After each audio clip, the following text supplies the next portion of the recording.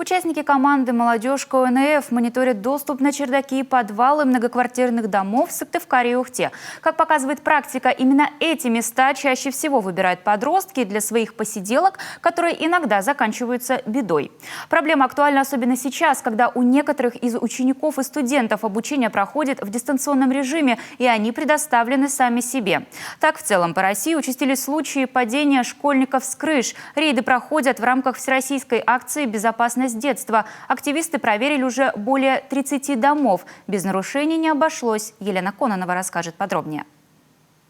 Это же нужно понимать и со всей силы вот это вот выгнать.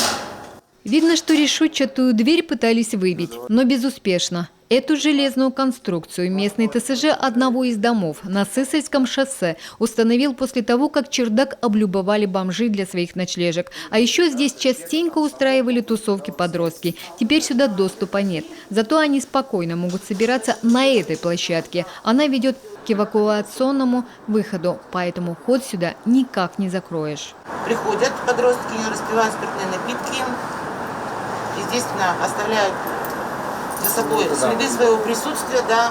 Дарина, Ника, Соня. Судя по этому народному творчеству, подростки здесь частые гости. И явно их сюда влекут не городские красоты с высоты птичьего полета, а больше желание спрятаться от внимания взрослых. Председатель ТСЖ такие посиделки разгоняет регулярно каждую неделю. В дом, хоть и с домофоном, постороннему человеку попасть не составляет труда. С такими ключами, как оказалось, можно открыть все двери любой многоэтажки.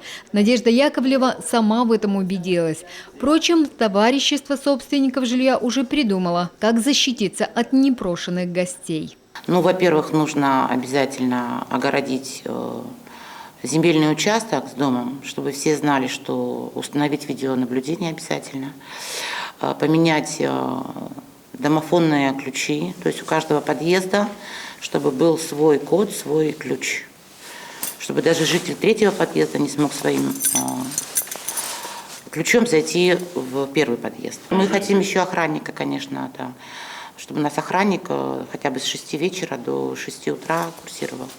Конечно, это дополнительные затраты, но сами жильцы не против. Главное – порядок и спокойствие. Они хорошо помнят, как несколько лет назад именно с 18-го этажа их дома выбросился молодой человек.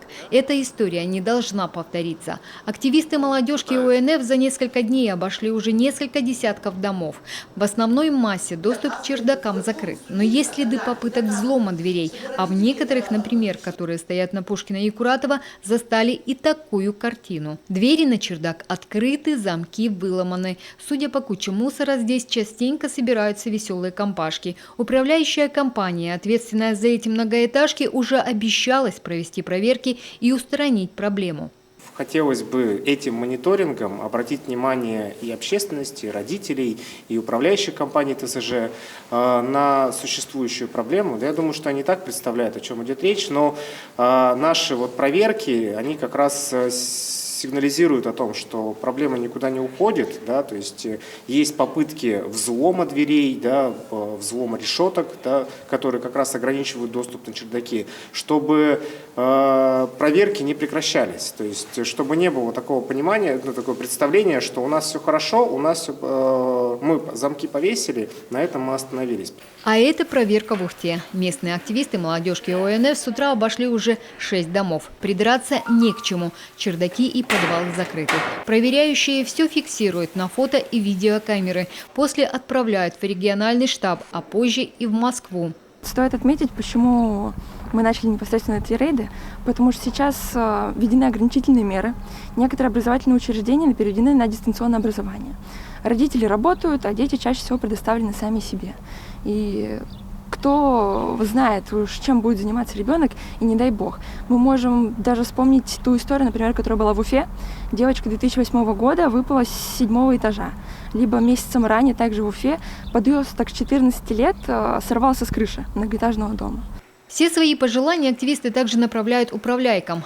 плане молодежки обойти в Сыктывкаре 150 домов, в Ухте полсотни. Хотелось бы, конечно, побывать во всех многоэтажках всех муниципалитетов региона, но людских ресурсов у ОНФ не хватает, поэтому вся надежда на общественников городов и районов, которые смогут при желании подключиться к общему делу и станут сигнализировать о нарушениях через социальные сети.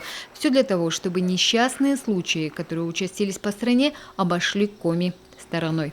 Елена Кононова, Виктория Науменко, Дмитрий Ведерников, Павел Лагутин, телеканал Юрган.